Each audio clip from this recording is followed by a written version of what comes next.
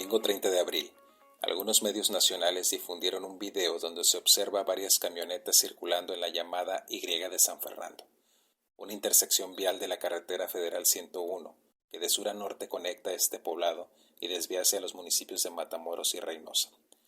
Otros videos mostraron camionetas que traían las siglas del Cártel Jalisco Nueva Generación y se especuló el ingreso de este grupo delictivo a Tamaulipas. Simultáneamente se difundieron imágenes fotográficas de una estación de la Guardia Estatal en Rayones, un poblado del municipio de Jiménez, que había sido rafagueada. Después en las redes se rumoró que había sido un montaje. También circularon fotografías de camionetas del Cártel Jalisco Nueva Generación con impactos de bala, con hombres muertos al interior, llenos de sangre y masa encefálica esparcida, y otras camionetas arrastradas por grúas que viajaban a exceso de velocidad y eran custodiadas por patrullas. Igualmente se compartieron imágenes de uno de los accesos carreteros a San Fernando, bloqueado con los llamados ponchallantas y otros objetos. 2 días después, los medios y las redes sociales dieron a conocer que el 28 de abril había sido detenido Hugo Armando Salinas Cortinas, alias La Cabra, supuesto operador del Cártel del Golfo en la llamada Frontera Chica de Tamaulipas. Se dijo que al momento de su detención, La Cabra tenía armas, cartuchos y pastillas de fentanilo. El mismo día que se confirmó su detención, específicamente durante la madrugada y mañana del 2 de mayo, en Reynosa y Matamoros hubo balaceras, persecuciones y bloqueos en diferentes puntos de las ciudades. Los medios y redes difundieron contenidos audiovisuales que mostraban a hombres que se identificaban con el grupo Escorpión, del Cártel del Golfo, y desde sus vehículos disparaban. También circuló contenido fotográfico que evidenciaba camiones del transporte público, incluso particulares, que habían sido detenidos y usados para bloquear algunas avenidas de las ciudades, incluso que habían sido incendiados, o bien videos y fotografías de una inmensa nube de humo negro que salía de tráilers que transportaban combustible y fueron quemados intencionalmente en Matamoros. Todo esto causó, por supuesto, un estado de paranoia. Sin duda, los acontecimientos de violencia en Tamaulipas conformaron un espectáculo mediático. La forma como fueron difundidos en medios de comunicación tradicionales y redes sociales derivó en lo que el antropólogo Philippe Bourgois llamó pornografía de la violencia, es decir, la omisión de las causas estructurales de la desolación, priorizando los derramamientos de sangre, las agresiones, las heridas, incluso los heroísmos entre los oprimidos del sistema. Ante esto, es necesario hacer lecturas que intenten superar dicha pornografía de la violencia en Tamaulipas. La primera lectura es pensar que los acontecimientos pueden considerarse como la parte visible de lo que el politólogo Edward Gibson denominó autoritarismo subnacional, es decir, las formas en que las élites en el poder y sus oponentes locales y nacionales emplean estrategias de control territorial y de oposición.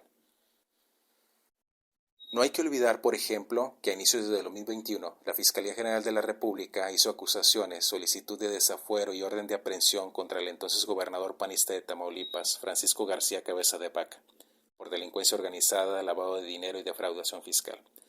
Tampoco hay que olvidar que en octubre de 2022 Tamaulipas transitó de partido político en la gobernatura con la llegada del morenista Américo Villarreal Anaya. Sin embargo, días antes de tomar protesta como gobernador, se hicieron públicas fotografías donde aparecía en un restaurante de la Ciudad de México con el senador José Narro Céspedes, también morenista, y Gerardo Teodoro Vázquez, alias el Jerry, un presunto operador del Cártel del Noreste. No en balde, enseguida de los hechos de violencia en Tamaulipas, el presidente de México, Andrés Manuel López Obrador, dijo que se trataba de un ataque político contra el gobernador de Tamaulipas.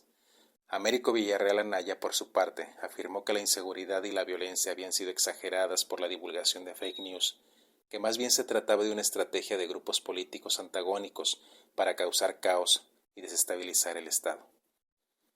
La segunda lectura es considerar el entramado de acontecimientos de violencia como una estratagema para militarizar el país aún más, en especial en regiones fronterizas. No en balde, el secretario de la Defensa Nacional declaró que serían enviados poco más de 700 militares y 2 helicópteros artillados para vigilar los municipios donde se había suscitado la violencia en Tamaulipas. Algo similar pasó en marzo pasado, en el secuestro de los ciudadanos estadounidenses en Matamoros. 200 militares más 100 elementos de la Guardia Nacional arribaron a esta ciudad fronteriza. También puede pensarse como un estratagema para estetizar la imagen de las Fuerzas Armadas, en particular después de la muerte de 5 jóvenes en Nuevo Laredo a manos de militares en febrero pasado, de las filtraciones de Guacamaya Leaks y las acusaciones de espionaje de la Sedena a periodistas y derechohumanistas. La tercera y última lectura es que los acontecimientos de violencia posiblemente se relacionan con la llamada guerra del fentanilo y otras drogas sintéticas, guerra que se ha gestado a través de narrativas políticas binacionales, narrativas de agencias de espionaje y narrativas de grupos criminales. En el primer caso, hay que recordar que en el marco de la Cumbre de Líderes de América del Norte, celebrada a inicios de este año, el presidente de Estados Unidos, Joe Biden, reclamó al presidente Andrés Manuel López Obrador sobre el flujo de fentanilo por territorio mexicano, lo cual este último negó y más bien acusó a China. En el segundo caso, rememoremos que después del secuestro de los ciudadanos estadounidenses en Matamoros, la Administración de Control de Drogas, o DEA, filtró un documento en el que mapeaba altos mandos del Cártel del Golfo, entre ellos un regidor del gobierno municipal morenista. Y por último, paradójicamente, durante los acontecimientos de violencia, en redes sociales se divulgaron supuestos comunicados de los grupos criminales en los que se amenazaba con hacer limpieza social de oponentes, en particular de traficantes de drogas. Del Cártel Jalisco Nueva Generación, por ejemplo, se enfatizó acabar con los cristaleros, tanto vendedores como consumidores, mientras que del Cártel del Golfo se aclaró que su lucha era contra aquellos que quieren destruir nuestra sociedad con fentanilo y secuestro. Irónicamente, la cabra era integrante del Cártel del Golfo y cuando fue detenido traía consigo pastillas de fentanilo.